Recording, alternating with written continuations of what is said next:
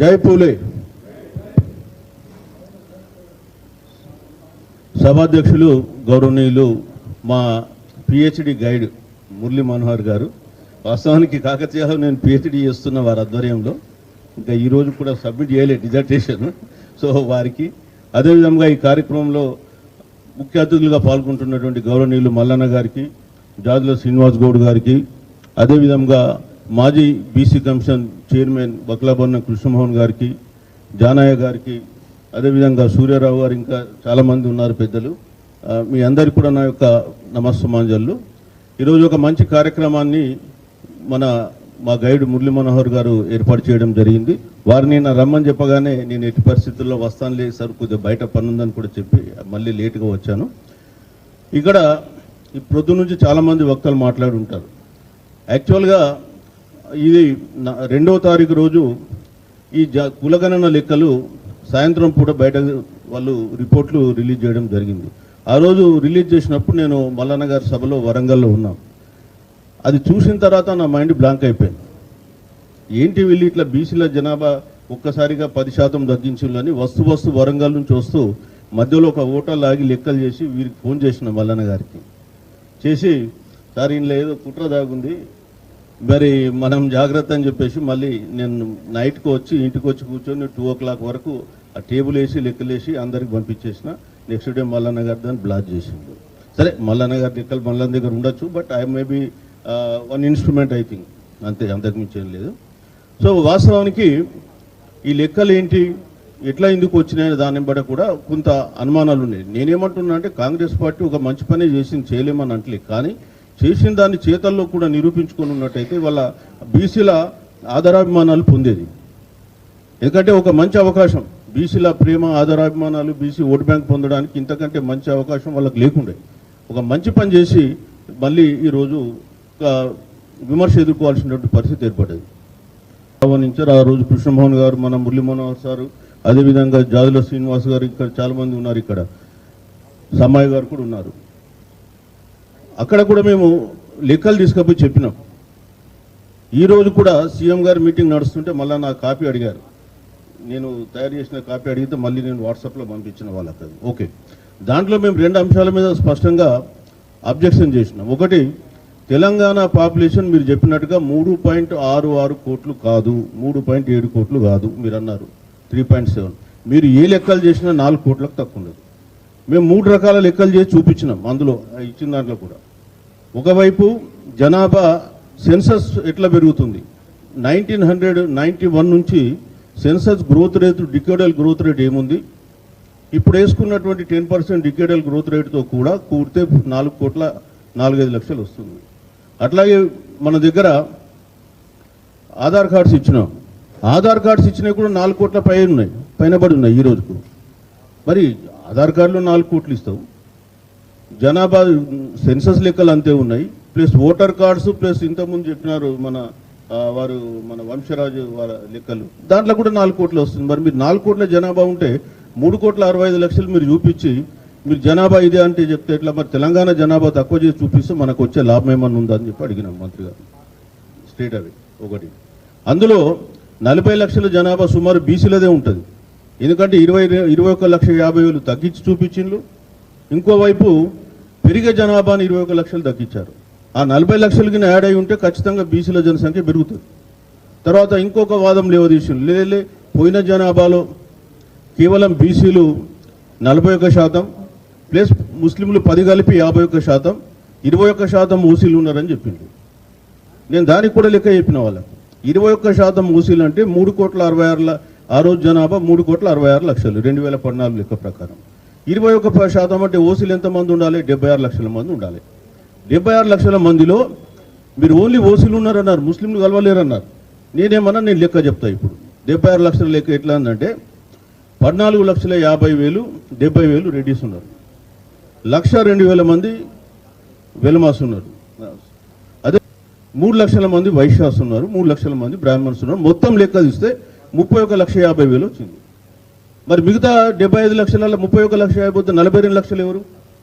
ముస్లింలు. కాబట్టి మీ వాదం తప్పు అని చెప్పేసి నేను ఆ రోజు లెక్కేసి మరీ ఇచ్చిన. ఈ 2 లెక్కలు చూసిండు వాళ్ళు, చూసి నోరు మూసుకొని కూర్చున్నారు.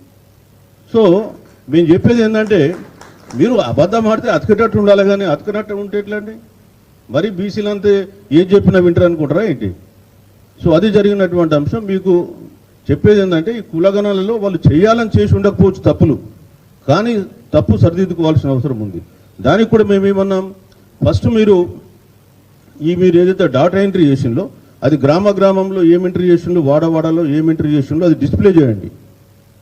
ఓన్లీ అన్ని డాటా అవసరం లేదు, కేవలం పేరు, వాళ్ళ హౌస్ నంబరు, వాళ్ళ క్యాస్ట్ ఏదో మీరు చేస్తే తప్పు ఉంటే మేము సరిదిద్దుకుంటారు.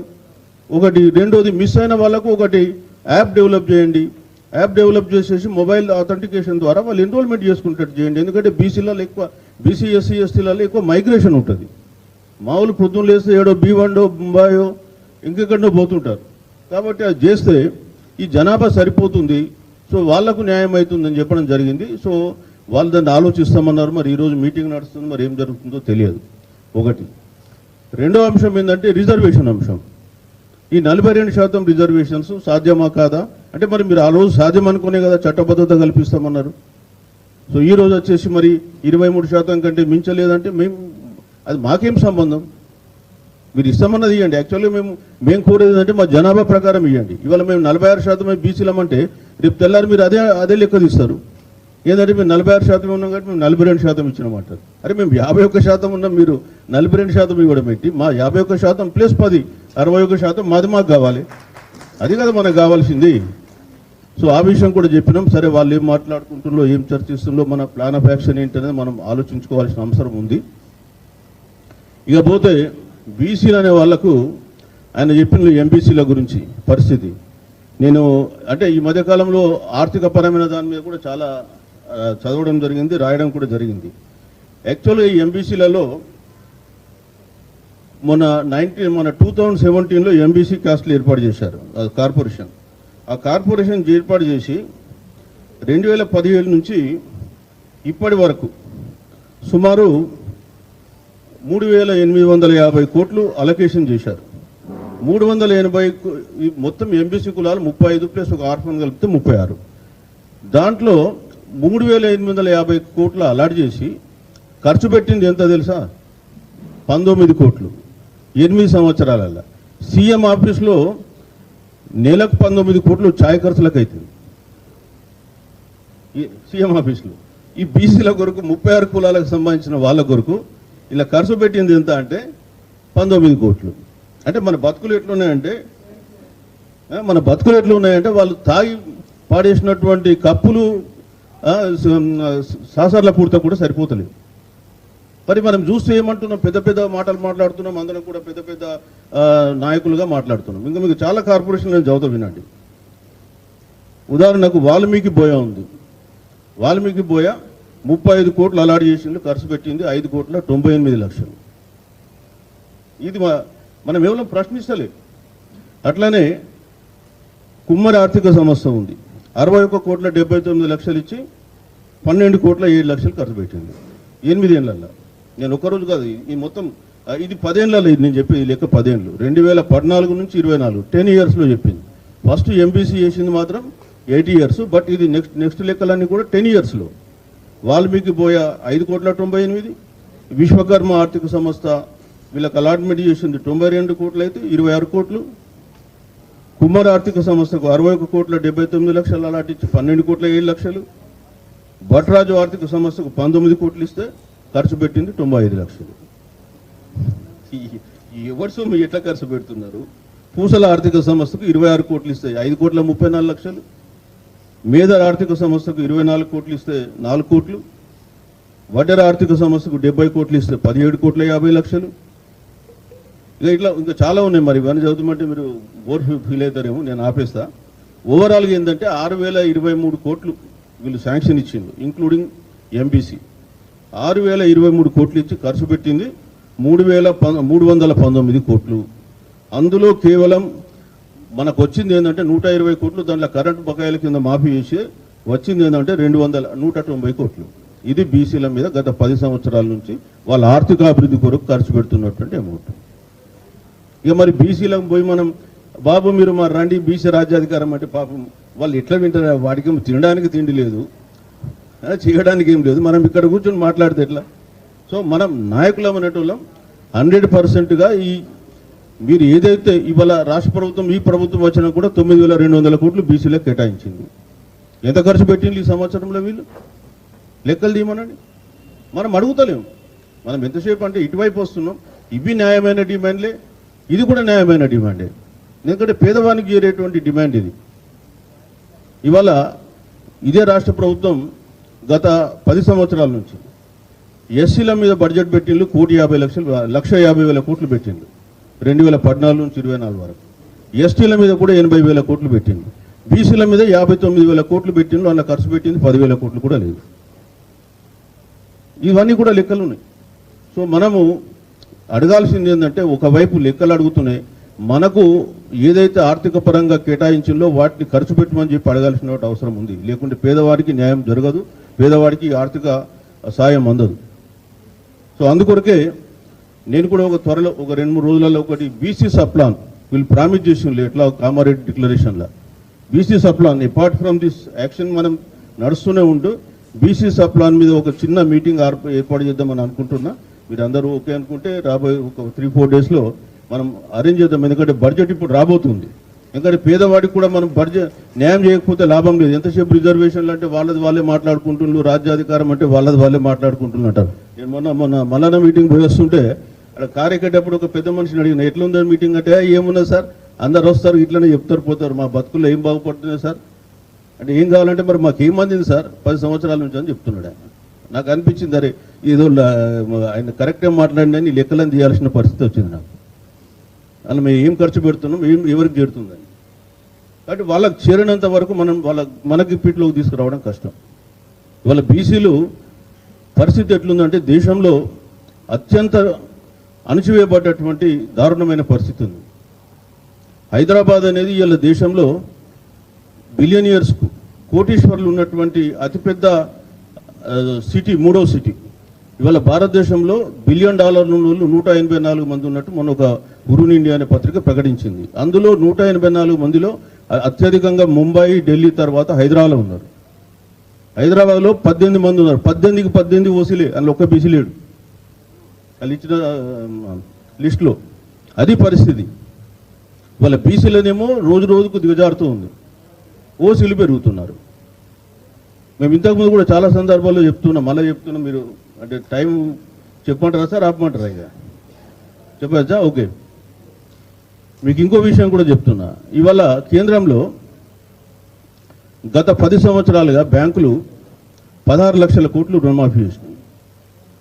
అందులో ఒక రిలయన్స్ అనిల్ అంబానీ అని అతి నిరుపేద వ్యాపారవేత్త ఉన్నాడు. ఆయనకు 48,000 కోట్ల రుణం తీసుకున్నాడు. 48,000 కోట్ల రుణం తీసుకుంటే 47,550 కోట్లు రుణమాఫీ ఇచ్చాను. ఇదే కేంద్ర ప్రభుత్వం బీసీల మీద, చదువుల మీద, స్కాలర్షిప్స్ మీద 2014 నుంచి 24 వరకు 15,500 కోట్లు ఖర్చు పెట్టింది. 80 కోట్ల మంది ప్రజల పిల్లలకు సంబంధించి 15,500 కోట్లు ఖర్చు పెడితే ఒక వ్యక్తికి 47,550 కోట్ల రుణమాఫీ చేసినటువంటి ఘనత ఉన్నటువంటి దేశం మనది. కాబట్టి ఇవన్నీ మనం మాట్లాడుకోవాలంటే ఒక ఆర్థికపరమైన అంశం పైన ఒక సెపరేట్ మీటింగ్ పెట్టుకోవాల్సిన అవసరం ఉంది. సో మళ్ళీ త్వరలోనే మీ అందరితో మాట్లాడి ఒక సప్లాన్ గురించి మనం ఒక మీటింగ్ పెట్టుకుందాం. అదేవిధంగా ఈ కులగణనకు సంబంధించి ప్రభుత్వం లెక్కలు సరిచేసేంత వరకు మనం ఉద్యమించాల్సిందే. మన ఉద్యమకారులు చాలామంది ఉన్నారు ఇక్కడ.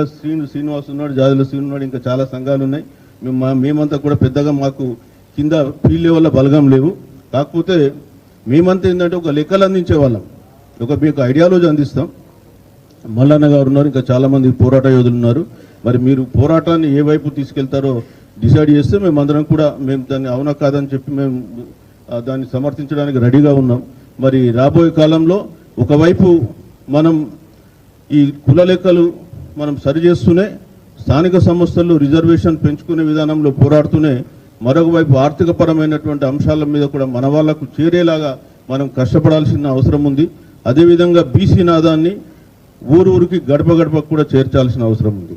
మిత్రులారా, మనం ఊరికేడ మాట్లాడితే లాభం లేదు. మనం పల్లెలకు పోయి గ్రామాలకు వెళ్ళి వాళ్ళకు ఈ మన నాలెడ్జ్ను అక్కడికి అందించాల్సిన అవసరం కూడా ఉంది. ఇవాళ మనం అనుకుంటున్నాం ఏంటంటే తెలంగాణ చరిత్రను మనం చాలా వరకు సక్రమంగా అర్థం చేసుకుంటలేదు. ఇది ఒక్క మాట చెప్పి క్లోజ్ చేస్తాం సార్. తెలంగాణ చరిత్ర మనం అర్థం చేసుకుంటలేదు, మన బుర్రకెక్కలేదు. 1944లో సాయుధ పోరాటం చేసి అధికారం ఎవరికి ఇచ్చినామండి? అధికారం ఎవరికి పోయింది? మళ్ళీ అగ్రవర్ణాలకు పోయింది. మళ్ళీ తర్వాత తుది దశ తెలంగాణ పోరాటం జరిగింది, అధికారం ఎవరికి పోయింది? అగ్రవర్ణాలకు పోయింది. ఇంత నక్సలైట్ ఉద్యమాలు నడిచినాయి, ఇంత సాయుధ పోరాటం నడిచింది, ఇన్ని ఉద్యమాలు నడిచి కూడా మళ్ళీ మనం అధికారం ఎవరికి ఇస్తున్నాం? మరి మనం ఎందుకు తెచ్చుకోలేకపోతున్నాం? సో ఎందుకు మనం రక్తంలో బానిసత్వం ఉందా? మరి లేకపోతే ఎందుకు ఇస్తామండి? సో మనం ఆలోచించుకోవాల్సిన అవసరం. దీని గురించి నేను మళ్ళీ ఎప్పుడన్నా స్పెసిఫిక్గా మాట్లాడదా. సో ఈరోజు కులగణన అంశం గురించే మనం మాట్లాడుతున్నాం కాబట్టి ఈ లెక్కలు సరి చేసేంత వరకు మన కార్యాచరణ ఉండాల్సిందే. లేకపోతే ఎవడు కూడా మనం పట్టించుకోడు. మీరేం పెట్టకపోయినా పర్వాలేదు, మా లెక్కన కరెక్ట్ చెప్పని అడుగుతున్నాం. అది కూడా చెప్పకపోతే ఇంకెందుకు మనకు? కాబట్టి రాష్ట్ర ప్రభుత్వాన్ని ఆ విషయం దిశగా వారిని నడుచుకోవాలని చెప్పి మనం ఇక్కడ తీర్మానం చేసుకుంటూ మున్ముందు కూడా యాక్షన్ ప్లాన్స్ కూడా కంటిన్యూ చేయాలని చెప్పి కోరుతున్నాం. మన జాదుల శ్రీనివాస్ గౌడ్ గారు ఆల్రెడీ మార్చి 9th రోజు వారు ఒక 9th రోజు ఒక ధర్నాకు మెగా ధర్నాకు ఆయన పిలుపునిచ్చిండు ఆల్రెడీ. సో మరి ఆ కార్యక్రమాలు ఎట్లాగూ ఉంటాయి. సో మరి ఈ కార్యక్రమాల్ని కంటిన్యూ చేద్దాం, అందరం కూడా యునైటెడ్గా పోదాం. అదేవిధంగా ఇప్పుడు ఎమ్మెల్సీ ఎన్నికలు జరుగుతున్నాయి. ఎమ్మెల్సీ ఎన్నికల్లో కూడా బీసీలకే మనం ఓటేపించి మనం 3లో ఒక 2 మనం ఎమ్మెల్సీ స్థానాలను గెలుచుకోగలిగితే 3కి 3 గెలుద్దాం. 3కి 3 ఇవ్వడం చాలా మంచిది. సో మరి అందరం చేసి ఆ 3కి 3 గెలుచుకునేలాగా మనం అందరం కృషి చేద్దాం. ఇక్కడ కూర్చొని మాట్లాడద్దు మనం, ఎందుకంటే ఫీల్డ్లో మనం పనిచేయాలి, ఫీల్డ్ రిజల్ట్ రావాలి. ఫీల్డ్ రిజల్ట్ వచ్చేస్తే రాష్ట్రం యొక్క ముఖ చిత్రం మొత్తం మారిపోతుంది. 3ట్లో 3 మరి నిజంగా బీసీలు గెలిస్తే ఈరోజు మీకు నెక్స్ట్ మంత్ అంటే March 5th వరకు రిజల్ట్ డిక్లేర్ అయిపోతే 3వ తారీఖు కౌంటింగ్ ఉన్న 3, 4 అంటే 5వ తారీఖు వరకు క్లోజ్ అయిపోతుంది. అసలు రాష్ట్రంలో ముఖ చిత్రం మొత్తం మారిపోతుంది. కాబట్టి మనమందరం ఆ దిశగా పనిచేద్దాం. ఒకవైపు ఈ ఉద్యమాన్ని నడిపిస్తూనే ఎమ్మెల్సీ ఎన్నికలలో మన వాళ్ళని బీసీలను గెలిపించుకునేలాగా మనం పోదాం. లేకపోతే మనకు ఇవన్నీ మీటింగ్లు ఎన్ని పెట్టినా ప్రయోజనం ఉండదు. సో మరి ఈరోజు ఒక మంచి కార్యక్రమం పెట్టిన మా గైడ్ సార్ గారికి, మురళీమోహన్ గారికి మరోసారి ప్రత్యేకంగా కృతజ్ఞతాభివందనాలు తెలియజేసుకుంటూ నాకు ఈ అవకాశం ఇచ్చిన మీ అందరికీ కూడా ధన్యవాదాలు తెలుపుకుంటూ సెలవు తీసుకుంటాను. థ్యాంక్ యూ చిరంజీవులు గారు. చాలా విషయాలు చెప్పారు. ఎందుకంటే ఇవన్నీ కూడా మనం గ్రాస్ రూట్ లెవెల్కి తీసుకువెళ్ళాలి, ప్రజల దగ్గర తీసుకెళ్ళాలి, మన వర్గాల దగ్గరికి తీసుకెళ్ళాలి, వాళ్ళని చైతన్యం చేయడానికి ఇవన్నీ